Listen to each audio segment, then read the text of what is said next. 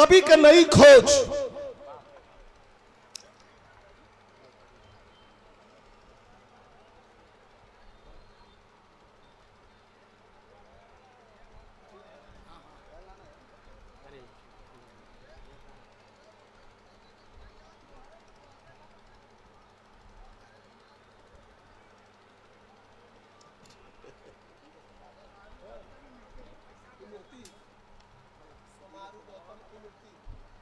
हमारे सुमारू भैया, सुमारू गौतम इमरती की धरती से ये 100 रुपया पुरस्कार। समय का बड़ी कीमत है और समय बड़ा कम हो और रात में भी कार्यक्रम हो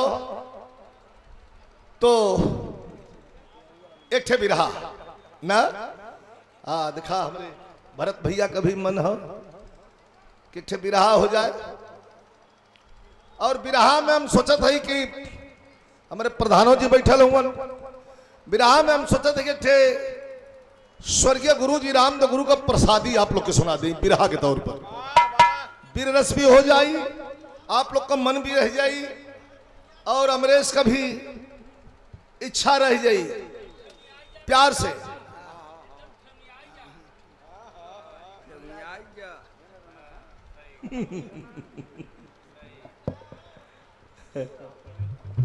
बचवले रहा, बचा कर रखले रहा 27 बजे। आवा ए भैया तनी पंखा क्या से हट जा, तो साइड हट जा, पंखा के बैठ जा, कुर्सी अब बैठ, चौकिया बैठ जा, चौकिया बैठ। हाँ बस। तो एक गीत की तरफ ले चली। आज धरती पर हम जो यहाँ उपस्थित है बड़े विद्वान लोग बैठे हैं। कितना अंतर हो गल बा पहले के बिरहा के लिखावट में भी, बिरहा के गायकी में भी अंतर हो गल। टेक्नोलॉजी बढ़ी है लेकिन बिरहा को सुने वाला लोग अब आज भी हुवन सुनलन बिरहा। यही से तब कि महीना महीना 2-2 3-3 4-4 महीना भरत भैया एको दिन फुर्सत नहीं बा।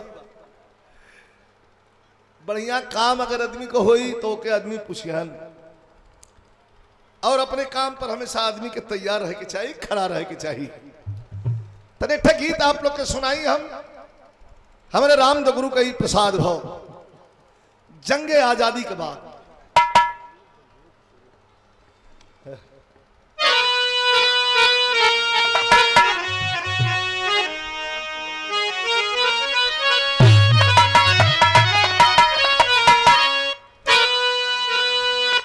देश गुलाम था, समय का बड़ी कीमत है और समय कम बा। रात में भी कार्यक्रम हो लिए आप लोग के एक बिरहा सुनाई है।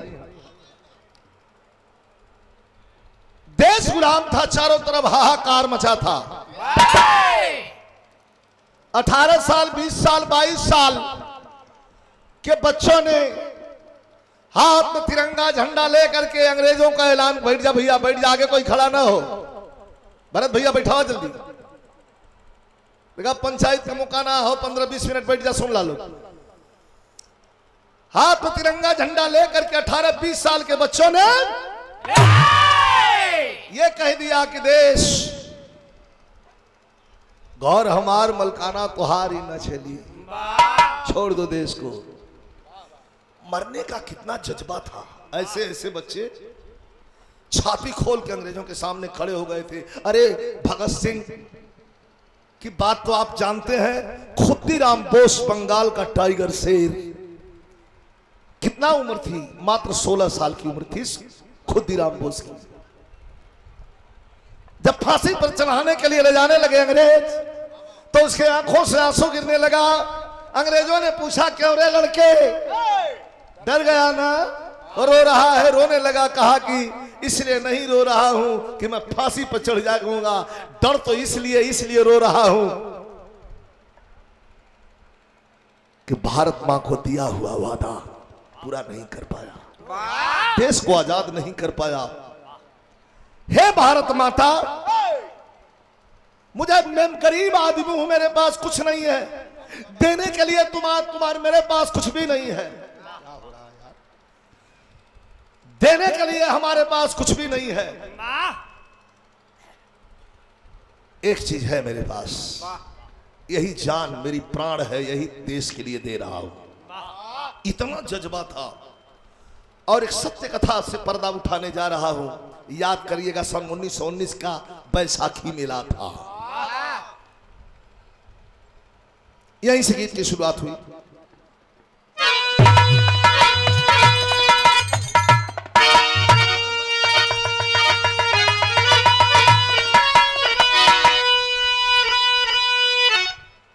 हाँ, कहना हो कैसे?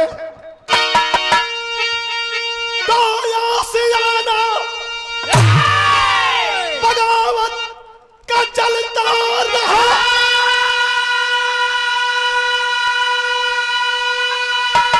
और लहू की बरसात होती रही।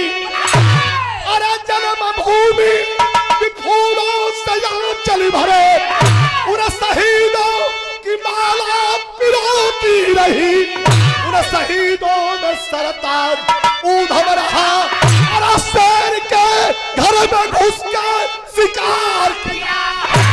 बाग चलिया का बदला चुका ही लिया, जाके लंदन में डायर बवार किया।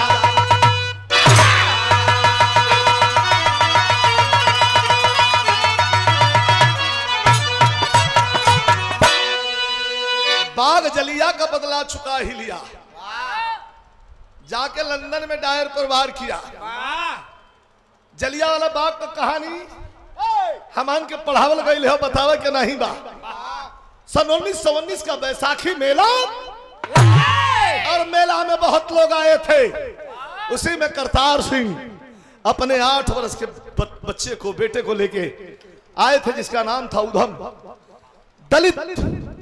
दलित समाज से आता था उधम, और उनके पिता, उनका परिवार आए थे जलियांवाले बाग में। जनरल डायर को कितना दुश्मनी थी हमारे भारत हिंदुस्तानियन के। ब्लैक डॉग, भारत मतलब काला कुत्ता कहे अमन के, bloody Indian, black dog. General डायर एक ऐसा अंग्रेज था कि हिंदुस्तान के देखा तो कर खून गर्म हो जाए, बर्दाश्त नहीं करे, जबकि रोटी नमक हिंदुस्तान का खात रहल। कवि जी कितना बढ़िया लाइन लिखलो, मेरे राम दोस्ताद गाँव में बड़ा झूम के लाइन। कैसे मास्टर?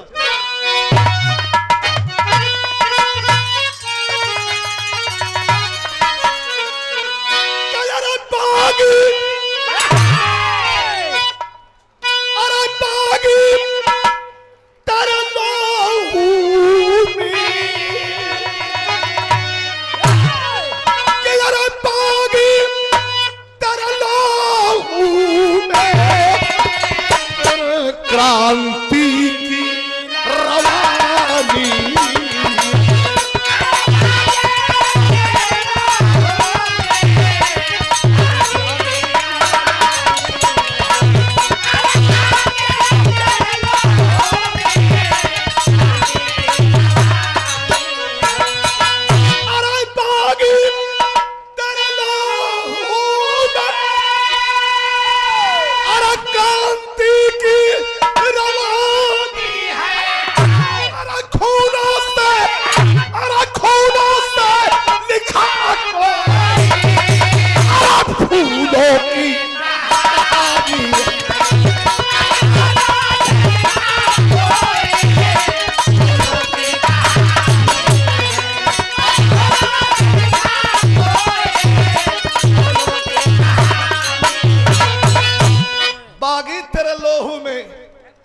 क्रांति की रवानी है, खूनों से लिखा कोई।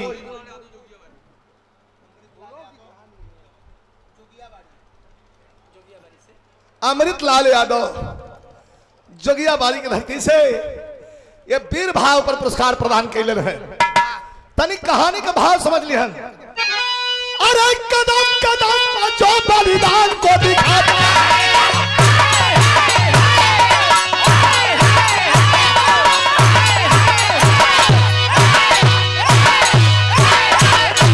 कदम कदम पर जो बलिदान को दिखाता है,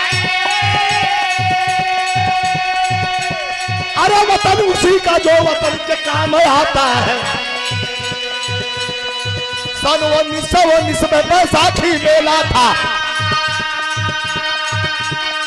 बाग जलियान में भारी हुआ था मेला था। यहाँ थे लोगों पे टायर गोली चलवाया था। यहाँ थे लोगों पे टायर गोली चलवाया था। खून से अमृतसर के धरती को दहलाया था। 7-8 वर्ष का वो उधम सिंह दुलारा था। बाग में तो समझावे के न पड़ी, खाली आप लोग सुनत जाइए हम एकदम अलग हो जाए। गोली चलवा दिया दायर, लाश गिरने लगी। 8 वर्ष का वो उधम सिंह दुलारा था। बाग में गोली खाते बाप को निहारा था। बाग में गोली खाते बाप को निहारा। फूल न खाया कसम पीठ ना दिखाऊंगा। फूल न खाया कसम पीठ ना दिखाऊंगा। बाप का बदला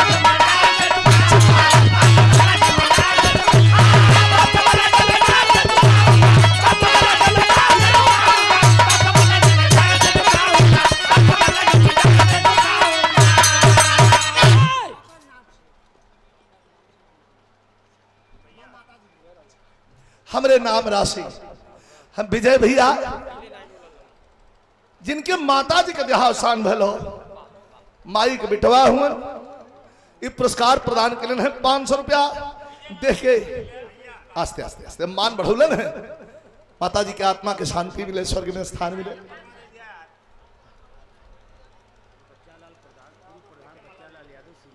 सुनहर सिनहर के धरती से पूर्व प्रधान आदरणीय श्री बच्चा लाल यादव जी ना बोले 200 रुपए का पुरस्कार दे है भैया। एक प्रणाम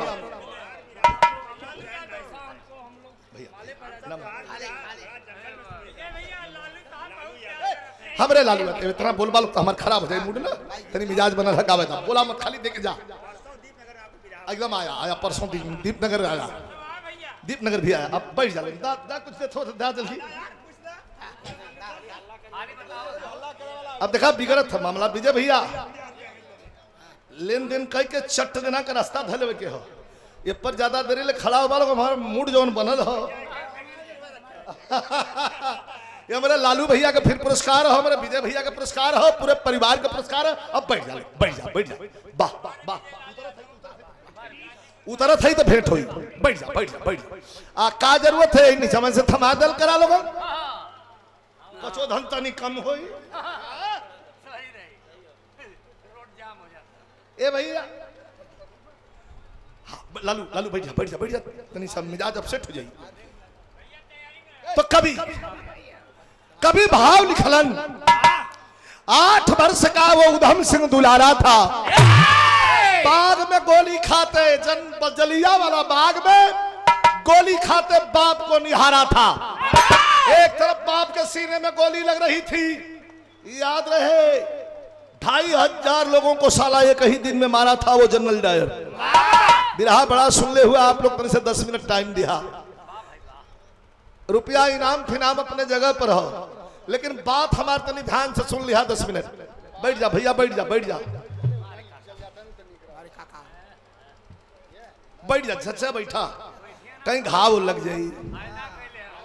हम तो हर नाम बोल ली है, बस बैठ जा, कहीं घाव लग जाई। चचा आप उम्र हो गई हो, ए पर मत चढ़ा।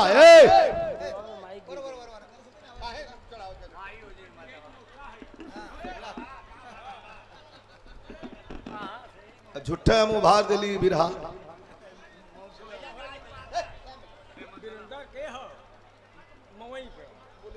अच्छा मौई का वीरेंद्र अमरनाथ पुजारी का साड़ू होगा।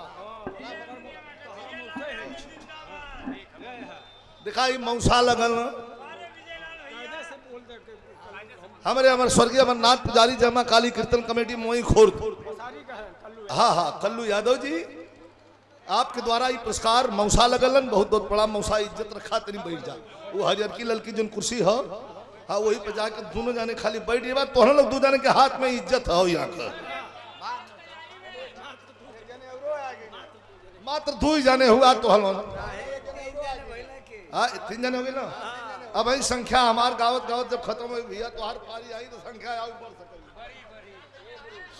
संख्या अब और बढ़ सकेले काहे कि भाई टाइम ना भइल हो तो हर एंड टाइम पर मौका मिली। बैठ जा बैठ जा बैठ जा, बगलिया हइयो हो, बैठ जा। बोल बात कल्लू भैया, बैठा बैठ जा, कुर्सी खटिया बैठ जा। खून लखाया कसम पीठ ना दिखाऊंगा, बाप का बदला जब ना डायर से चुकाऊंगा। 8 साल का लड़का और मैंने ही मन संकल्प किया कि मारब जरूर जनरल डायर दुनिया में कहीं हुई।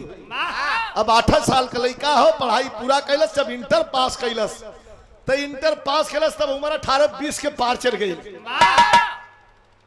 18-20 के जब पार चल गई तो नींद नहीं लगा, रतिया का कब्बो कब्बो तर तर तर तर तर तर तर तर जलिया वाले बाग का गोली चला लगा कपारे में। उठ के बैठ गए, एक दिन भागल ट्रेन में बैठल हो और बैठ के ट्रेन में भागल, ट्रेन चल रहा आयल कहा मास्टर।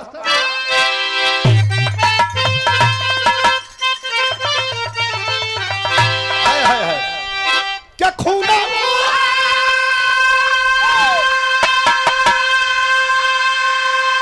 अरे खूना उधम सिंह का मना हुआ बिरवारी बिरवारी, अरे घूमत पहुंचल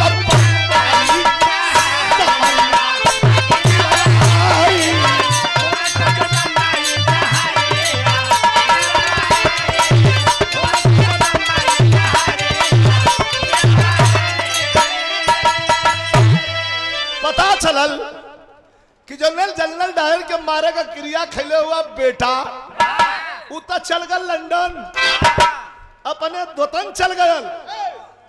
उधम सिंह कहलस कि चाहे लंदन जाए और चाहे मर जा के हमार गोली खाए बदे जन्म लेवे के पड़ी, एके कहल जला विश्वास।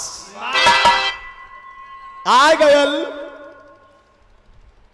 बंबई, जुहू चौपाटी पर समुद्र के किनारे बैठ के वही समुद्र के पानी में रोरी फेंक रहा हो, सोच रहा कि यार लंदन चल गल तब बड़ा रुपया लगी, पासपोर्ट वीजा लगी, कैसे जा मारब जरूर, हमारे जिंदगी का मकसद हम जियत है यही बदी कि 2500 लोगन का कत्ल अपने आंख से देखले है, बाप के सीने में गोली खाता हुआ अपने आंख से देखा हूं। लेकिन याद रहे जब तक साले को मारूंगा नहीं तब तक चैन की नींद नहीं लूंगा। मारू तो कैसे मारू, वही समुंदर के किनारे बैठ के सोचते रहल। अतोले देखलस का कि धन पतराव से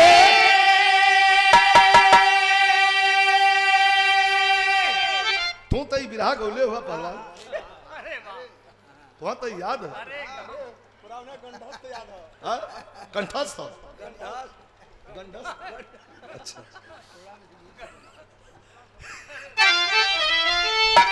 धन पतराव से करे खाए की कुमारी,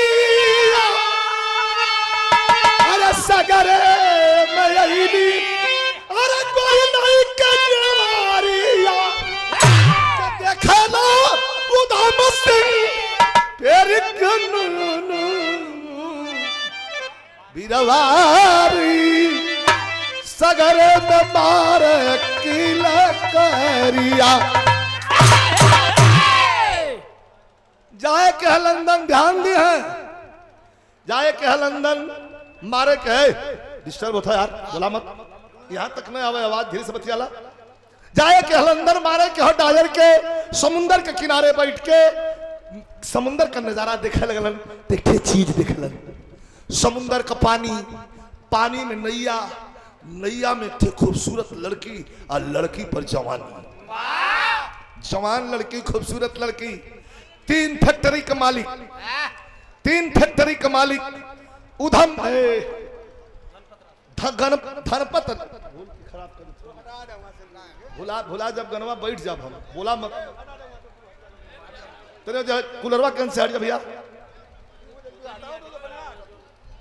कूलर कैन से हटा।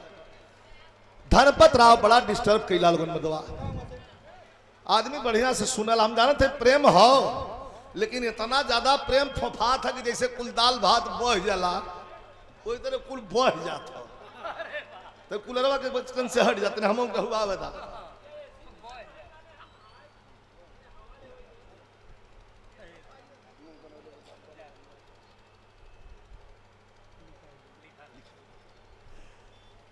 और ये 1100 रुपयों का पुरस्कार परमहंस विश्वगुरु भगवान के दरबार का प्रसाद रूपी अंग वस्त्र और माला दहलन 1100 रुपया पुरस्कार सूरज यादव लोक निर्माण विभाग, ये पुत्र श्री रामफल यादव जी ग्राम अमिर्थी के धरती से श्याम बहादुर यादव ये पुरस्कार 1100 रुपया प्रदान कैलन है। आपके बहुत बहुत प्रणाम। स्वामी जी की कृपा बनल है, विश्वगुरु भगवान की कृपा बनल है।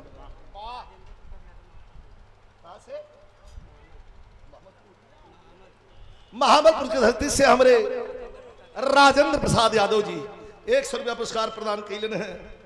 भैया के हमारे प्रणाम हो।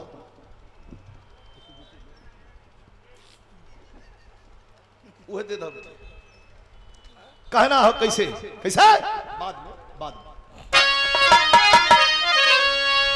वही किनारे बैठ के ताकत हो, सोचत हो, दिमाग लगावत हो, जाए के लंदन मारे के डायर के, लेकिन वही समुंदर के पानी में का देखलत बड़ा हिला के हमारे उस्ताद गाँव के का देखल मुहे मुहे आदमी के याद है लाई के लहर मारे के लहर मारे जवानी पानी बीच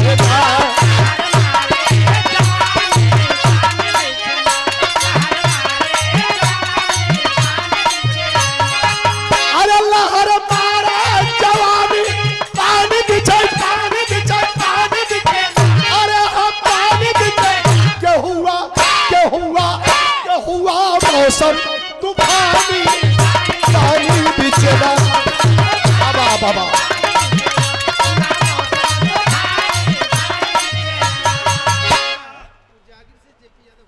जेपी यादव भी आए उजागिर की धरती से जहां बिरहा भाई ललन। हाँ जेपी यादव जो हमारे अब्बाला भैया जो ज्ञानपुर भदोही से आए हैं, इनके भतीजा हैं। 200 रुपया पुरस्कार प्रदान कैलन है। समुंदर में ताकत हो तो नीक चीज देखा ला केहू तो नजर टिकी जाए। सुंदर लड़की है, ठे बोर्ड लेके नैया लेके सर दे जाए, सर दे आवे, सर दे घुमावे, सर दे नचावे लगे।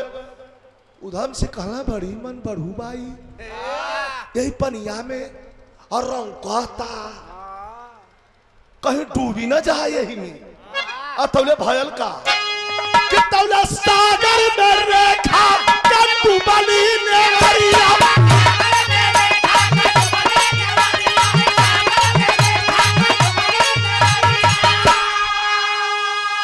सोचता हूं अनुधम सिंह 500 रुपया पुरस्कार हमारे जेपी यादव भैया उजागिर की धरती से चील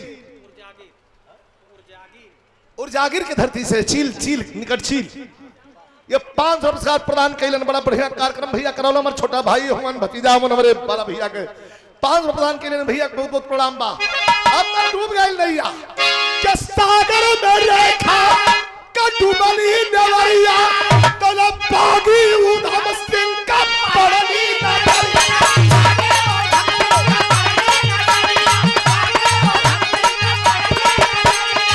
अरे डूबा लड़की सयानी जवन सोचत रहे तवन हो गए लड़किया लगल वही में डूबे गयल हुआ लंदन में डायर के मारे अब फंस गए समुंदर में फंसल ठे लड़की के बच सोचत हुआ कि का करी यार जाई पौड़ के बचा ली फिर कहे नहीं यार। मन सोच रहा है उधम सिंह, मन सोच रहा है उधम सिंह लड़की को बचाने जाऊंगा और डायर को कैसे मारूंगा जब बीच में डुबकी खाऊंगा। फिर बागी दिल ललकार कहा, फिर बागी दिल ललकार कहा ये वीर जो हिम्मत हारोगे ये लड़की नहीं बचा सकते तो डायर को कैसे मारोगे।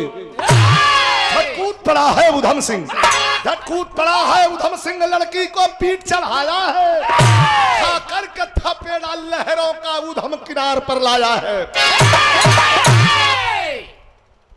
सोच रहा है कि अगर गईली बचावे बदे तो सुनीला कि पानी में डूबे वाले के अगर कोई बचावे जाला तो उठा के वही के चापला, वही में चपले से अगर हम डूब गईली तो डायर के कैसे मारब।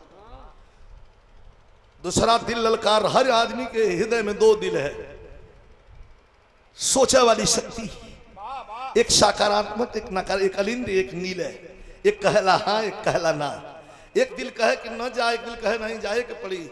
समुंदर के थोड़ा सा पानी में एक नन्ही सी जान को नहीं बचा सकते हो और 7 समुंदर जाकर जनरल डायर को मारने